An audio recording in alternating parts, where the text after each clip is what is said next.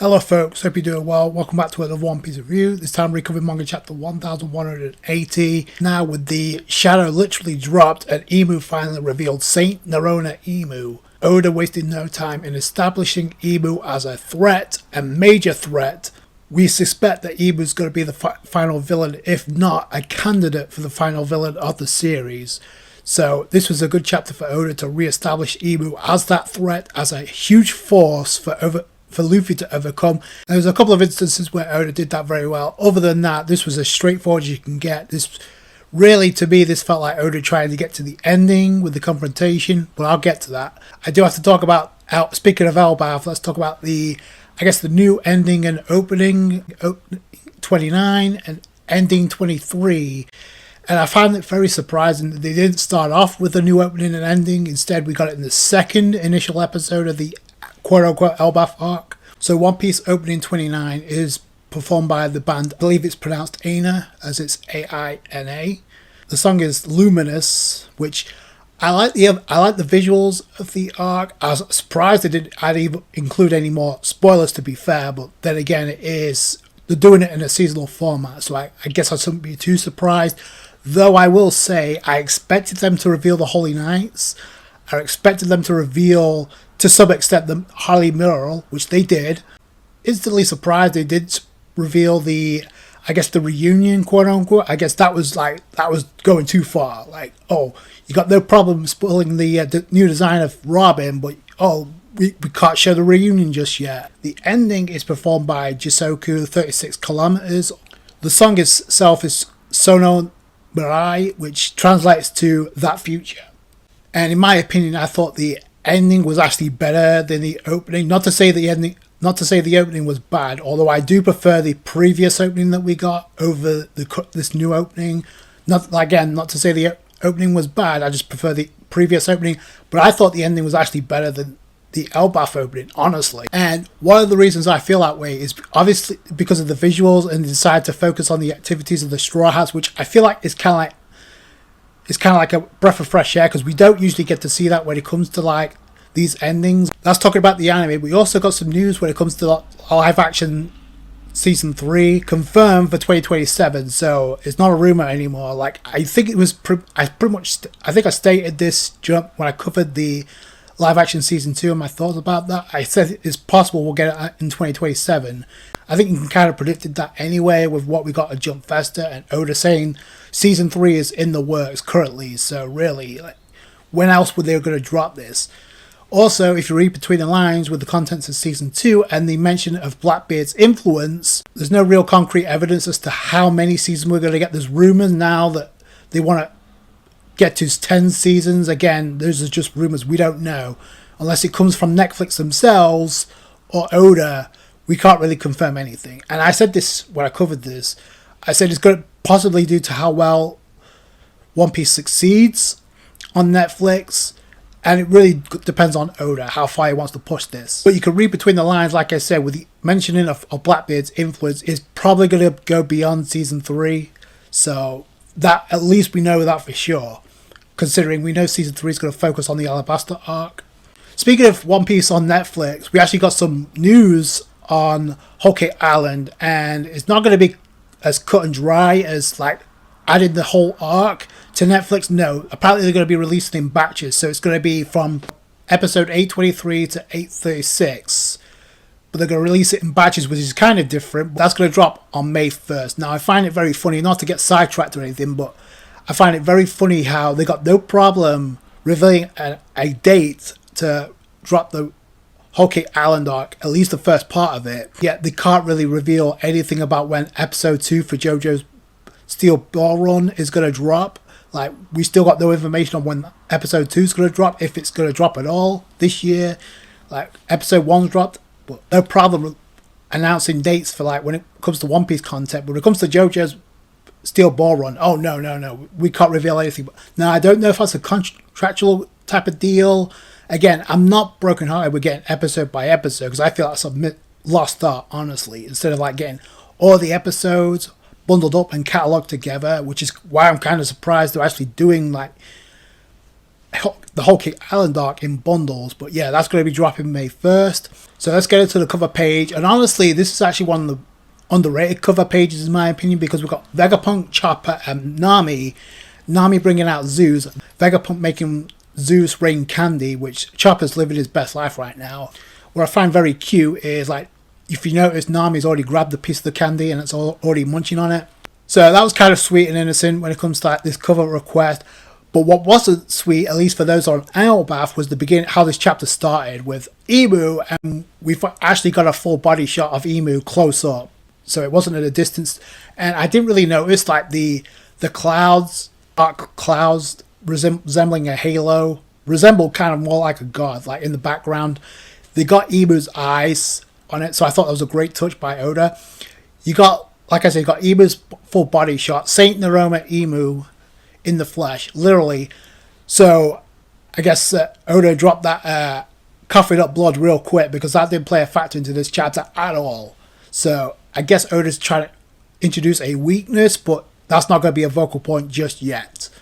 So, and if you notice his body, Emu's body's got like dots, spots all around it. So I don't know if that's part of the illness or if that's why he's coughing up blood. I don't know. You got like the caption of Oda narrating like the king of the world has come to Elbaph. But then you got Emu saying he's the king of this country. Dori and Brogy like, oh, who the heck are you? Like, this country doesn't have a king. But then we get the homies in the background, or at least the dark houses in the background, influenced by Emu's abilities. You got the song, the beat in the background for Emu, which I think is a great contrast considering what we got from Luffy when he goes into Gear 5th. So that makes sense. Then we get a panel of Emu's first target, because we see Saint Summers yelling out for the Great One. Then out of nowhere, Emu's speed blitz is right up, fingers. Or to be fair, it's her index finger and thumb is so focused on Emu that she doesn't even realize it until she notices she's dropped Summers. And that was what Emu was trying to do, free Saint Summers. Well, at the same time, you got Saint Summers like, what the hell are you doing, Saint Summers? Get it together. So he reversed this situation real quick. Zoro notices this and reacts.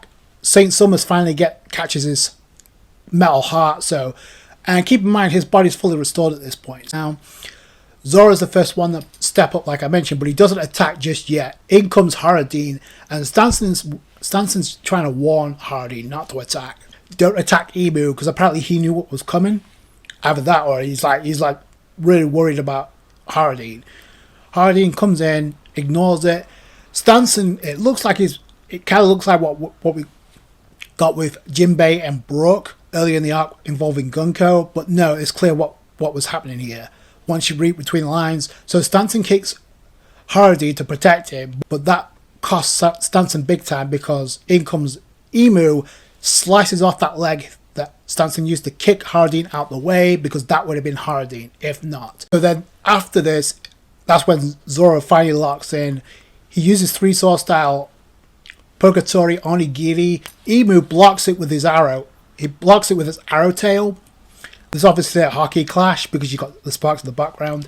While this is going on, Emu, by the way, as he's blocking Zoro's attack, he's not even looking at Zoro, but he's casually charging up a Omen attack, and he uses that on Zoro, sends Zoro flying, which shocks the hell out of Chopper. Like, wow, Zoro's attack didn't do squat. Emu, he didn't even flinch. In comes Haradin to attack. This time, Haradin pays for it because Emu launches another Omen attack. Only this one, if you noticed, his attack actually has a face on it, similar to what we got with the houses or the homies of Emu.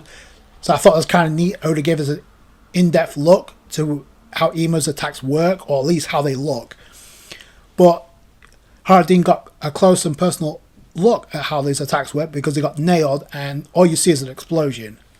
None of them are dead, by the way, so I mean, it could have got a lot worse for them. But this Emu uses, speaking of which, Omen on Saint Summers to apparently give him a boost, because like I said before, his body was already fully regenerated, so it looked like he gave him a boost. And then Emu's like, yo, Saint Summers, there's no time to waste, get a move on.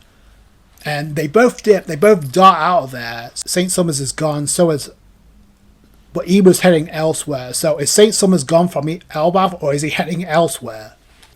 Meanwhile, you got Chopper telling Zoro, get everybody in this building that's injured and the kids are passed out because they're in danger right now. The rest of Elbaph gets warned about IMU because they're warned like, hey, someone else has pulled up, more dangerous than the Holy Knights. Stay alert. Then you see a shot of IMU flying, and it looks like he's heading towards Gunko's location, and uses the staff or the weapon of his to summon OMEN and launch that at the ice cube that apparently only Rataskir could carve up until now. So much for that feat. So this Loki was another feat that Oda highlighted in this chapter that may go under the radar.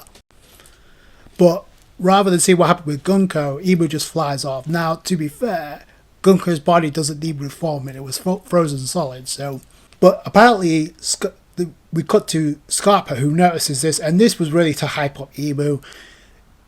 Scarpa's like, I've never felt a hockey like this, not even on God Valley. I'll dive into this more by the end.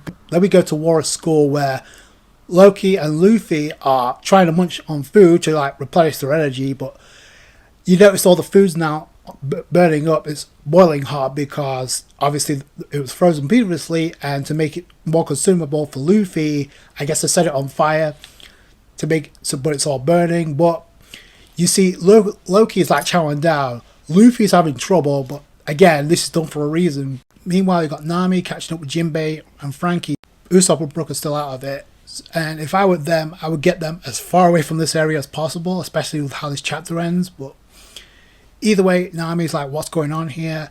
Jinbei's like, I don't know, but this hockey is terrifying. And this is Jinbei saying this. They're with the Holy Knights. Their target is more likely going to be... And before that goes any further, IMU'S launched an Omen attack on St. Killingham while Sanji's there. That means St. Killingham is going to make a full recovery too, as well as St. Summers. And like I said, Gunko should already be technically fine since she was only frozen solid. So Jinbei warns Sanji, watch out, this guy's dangerous. Sanji immediately ignites. Now, because it's the manga, obviously, it's difficult to know if he's using Ifrit Jamba or Diablo Jamba. Doesn't matter because it does no damage, no effect. But what I did notice is IMU did block it with his kick, but whatever Sanji tried to do did not work because IMU counters and lands an attack on Sanji, which causes an explosion, and you notice it's bad because Nami is like, Sanji-kun. So that was a feat for IMU, like tanking attacks from Zoro and now Sanji doing absolutely nothing. Now, it did remind me of the whole scene with Doflamingo, but at least Doflamingo actually responded to Sanji. Actually felt that actually packed some punch. Here, IMU did say a word. He didn't even acknowledge or flinch from Sanji's attack, so this is not good. Then immediately following that explosion, Loki finally pulls up on IMU, like, here I am, bitch. Gotta say, that panel was beastly as hell as IMU notices. Loki like, hey, what business do you have on Elbaph? Then IMU responds, 14 years ago, Harold was killed here. I've come to find the one responsible. He was my servant. And Loki gets triggered because he's like, no, that's my father. Then we get this epic panel of Loki, and obviously with the shading, we got Loki towering over IMU. So that's how the chapter ends, with IMU and Loki about to throw down with a stare down here.